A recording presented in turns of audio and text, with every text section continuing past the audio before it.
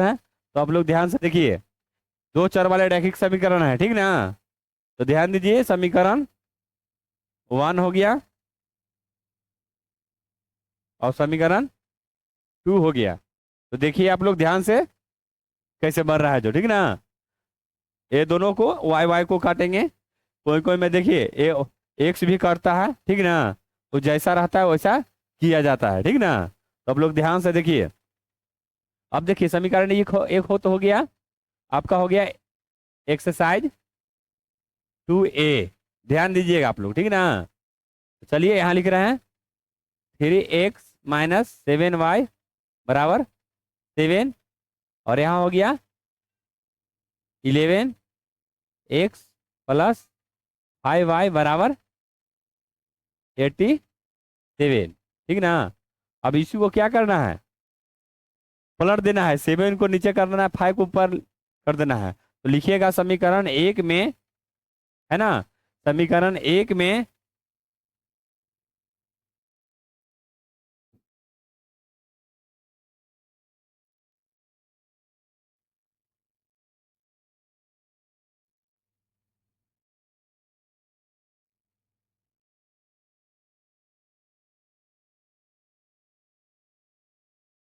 समीकरण एक में 5 से गुना करने पर यहाँ लिखेंगे अब,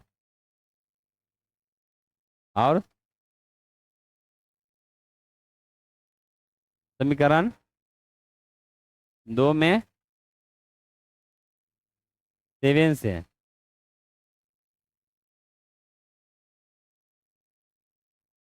गुना करने पर। तो चलिए हम गुना करते हैं इधर।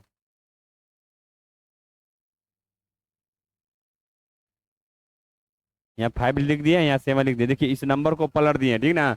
ध्यान दीजिएगा, क्या इस नंबर को पलट दिए खाली। अब चलिए गुना करते हैं, पंक्ति आई 15x - 7×5=35 y, यहाँ भी 7×5=35, ठीक ना। अब चलिए यहाँ 77, है ना, 77x प्लस, अब इसको गुना करेंगे तो कितना हो जाएगा, 7×5=35, और इसमें से गुना कीजिएगा तो कितना हो जाएगा, 7×7=49, फिर कितना होगा, 8×7=56, और 56 और 4, 56×4 कितना हो जाएगा, 60, है ना, यानी 609। समझ गए, 609। अब देखिए ये दोनों क्या हो गया, अब दोनों बराबर हो गया। तो दोनों देखिए माइनस प्लस में भी है, इसको काट दीजिए ऐसे, ये खत्म हो गया। तो अब हमको क्या हो जाएगा, अब ये दोनों को हम जोड़ देंगे तो कितना हो जाएगा, 7×5=12 आई कितना है, 7×1=8, 8×1=9, है ना, यानी 92x।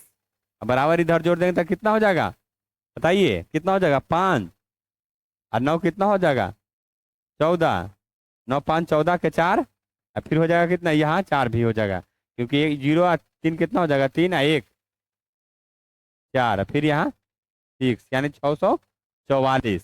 समझ गया ना। अब यहाँ लिखेंगे x बराबर हो गया 644, अब बटा कितना हो जाएगा, 92। समझ गए ना।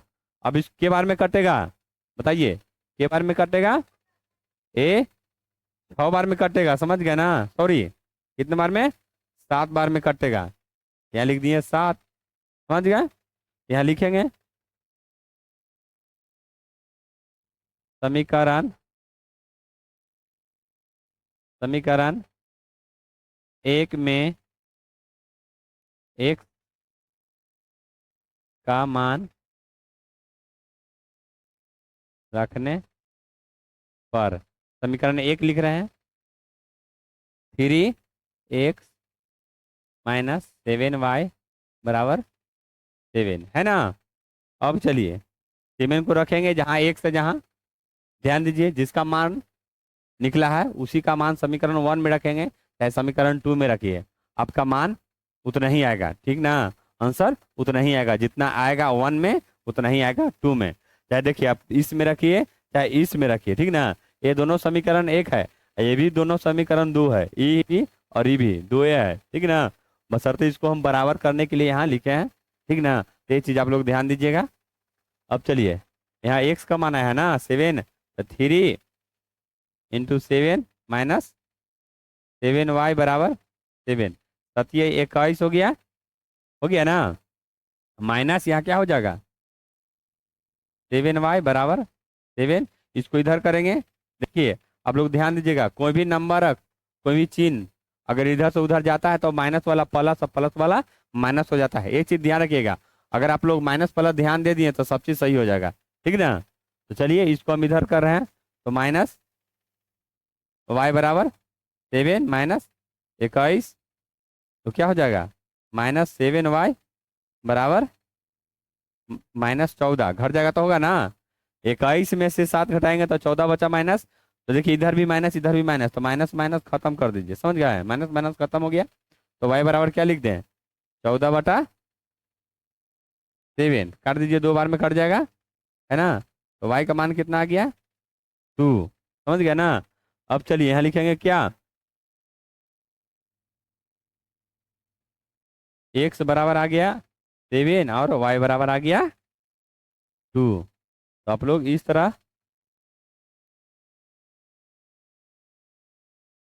से बनाइए और समझिए, देखिए किस तरह से बना है। तो चलिए बच्चों, इसी तरह हम नेक्स्ट क्लास में आप लोग को फिर मिलते हैं इस तरह बताने के लिए। आप लोग चैनल को लाइक सब्सक्राइब और शेयर जरूर कीजिएगा। चलिए, जय हिंद, जय भारत।